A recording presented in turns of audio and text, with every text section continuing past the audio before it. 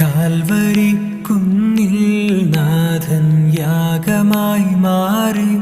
അന്നു കാൽനടയായി നാഥൻ മലമുകളേറി.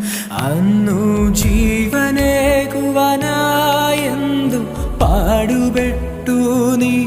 അന്നു ജീവനേകുവാനായെന്തു പാടുപെട്ടു നീ. എൻ്റെ ജീവനാ